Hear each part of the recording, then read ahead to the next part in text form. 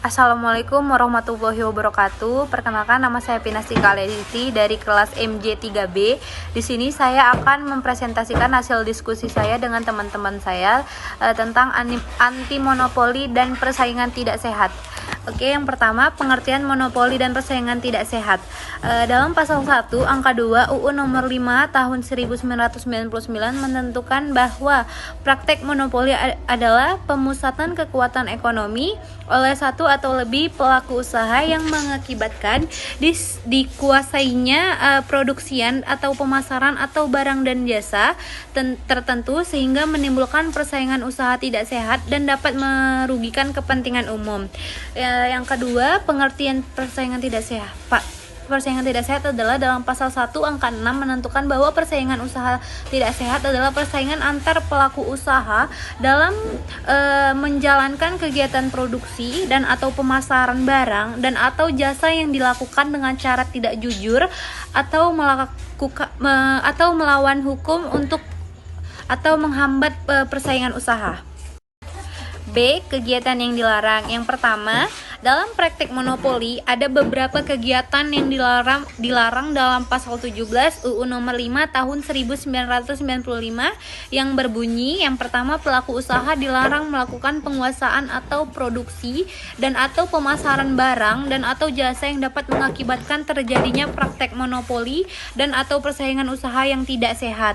Yang kedua, pelaku usaha patut diduga atau dianggap melakukan penguasaan atau produksi dan atau pemasaran barang dan atau jasa. Yang kedua, kegiatan monopsoni. Monopsoni adalah tindakan penguasaan pangsa pasar untuk membeli suatu produk tertentu. Monopsoni yang dilarang dalam undang-undang adalah jika pelaku usaha yang pertama sudah menguasai penerimaan pasokan tunggal, yang kedua sudah menjadi pembeli tunggal atas produk di pasar, yang ketiga dapat menyebabkan timbulnya monopoli atas atau persaingan tidak sehat. Yang ketiga, penguasaan pangsa pasar.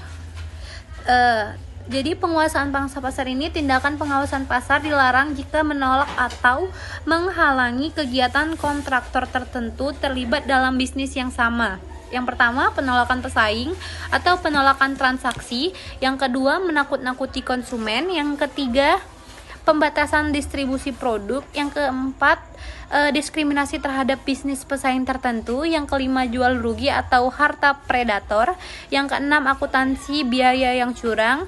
Yang ketujuh, melakukan penipuan atau manipulasi dalam penetapan biaya produksi dan biaya-biaya lain. Yang keempat adalah jual rugi atau predatory pricing. Dalam pasal 20 Undang-Undang nomor 5 tahun 1999 menyatakan pengusaha tidak diperbolehkan menyediakan barang dan atau jasa dengan cara menjual dengan kerugian atau menetapkan harga yang terlalu rendah dengan tujuan menghilangkan atau mematikan usaha pesaing di pasar bersangkutan sehingga dapat mengakibatkan kerugian.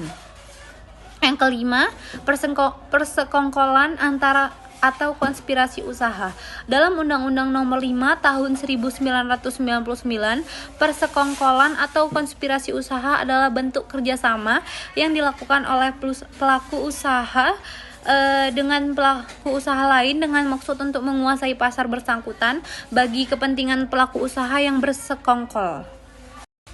Yang ketiga, tujuan pencegahan monopoli dan persaingan tidak sehat. Dalam hal ini, tujuan pengaturannya adalah agar tercapainya keadilan dan efisiensi di pasar dengan jalan menghilangkan distorsi pasar seperti mencegah penguasaan pangsa pasar yang besar oleh seorang atau segelintir pelaku besar. Yang kedua, mencegah timbulnya hambatan terhadap entry dari pelaku pasar pendatang baru atau first entry barrier. Yang ketiga, menghambat atau mencegah perkembangan pelaku pasar yang merupakan pesaingnya. Yang keempat, perjanjian yang dilarang dalam monopoli dan persaingan tidak sehat. Menurut ketentuan kontrak KUH Perdata, kontrak harus, yang pertama, ada alasan yang sah untuk ini. Yang kedua, tidak bertentangan dengan kebijakan publik. Yang ketiga, dilakukan dengan etikat baik.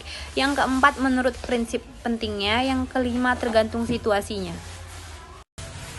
Sedangkan perjanjian yang dilarang oleh undang-undang anti monopoli ada 10. Yang pertama adalah oligopoli, yang kedua harga, yang ketiga zonasi, yang keempat pemboikotan, yang kelima kartel, yang keenam trust, yang ketujuh oligopsoni, yang ke-8 integrasi vertikal, yang ke-9 perjanjian tertutup, dan yang ke-10 adalah perjanjian dengan pihak asing.